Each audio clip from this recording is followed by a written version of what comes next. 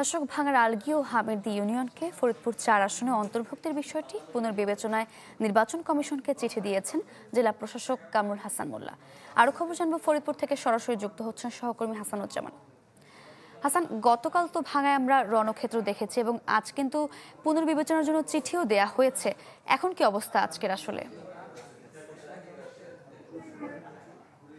আজকে সকাল থেকে আমরা পর্যবেক্ষণ করছি যে ভাঙ্গার বিভিন্ন পয়েন্ট এবং ভাঙ্গার এই মূল পয়েন্টের সঙ্গে 4টি মহাসড়ক সংযুক্ত রয়েছে। সকল পয়েন্টে অর্থাৎ ভাঙ্গা বরিশাল, ভাঙ্গা খুলনা, ভাঙ্গা ফরিদপুর এবং ভাঙ্গা থেকে ঢাকাগামী সকল যানবাহন সকাল 6টা থেকেই যখন থেকে তাদের কর্মসূচি ছিল তখন থেকে স্বাভাবিকভাবে চলছে এবং 10টা গড়িয়ে গেলেও সেখানে কিন্তু স্বাভাবিক অবস্থা আমরা দেখতে পেয়েছি। কোথাও কোথাও বিক্ষিপ্তভাবে কেউ মানে কিছু বিক্ষোভকারী জড়ো হওয়ার চেষ্টা করছেন, কিন্তু সানশাইন আটা ময়দা সুজি ভালোবাসায় তৈরি।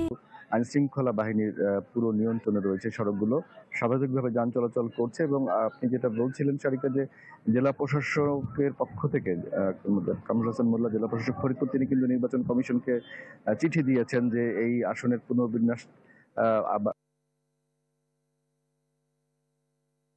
কিনা সেটি জানার বিষয়। অর্থাৎ চিঠি দেওয়া হয়েছে এই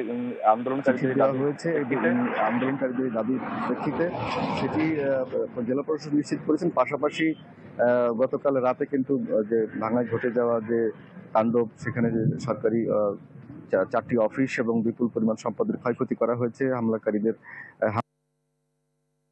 পুলিশের পক্ষ থেকে, তারা এই ক্ষয়ক্ষতি নিরূপণে চলছে এবং সে ব্যাপারে আইনগত ব্যবস্থা প্রক্রিয়াধীন বলে তারা আমাদেরকে জানিয়েছেন। আন্দোলনকারীদের পক্ষ থেকে এখনো পর্যন্ত কোনো কর্মসূচি আমরা মাঠে দেখছি না এবং যান চলাচল স্বাভাবিক থাকা জনগণের মধ্যে স্বস্তি পরিলক্ষিত হচ্ছে। সারিকা। হাসান, ধন্যবাদ আপনাকে। দর্শক, ফরিদপুর থেকে যুক্ত হয়েছিলেন সহকর্মী হাসানুজ্জামান।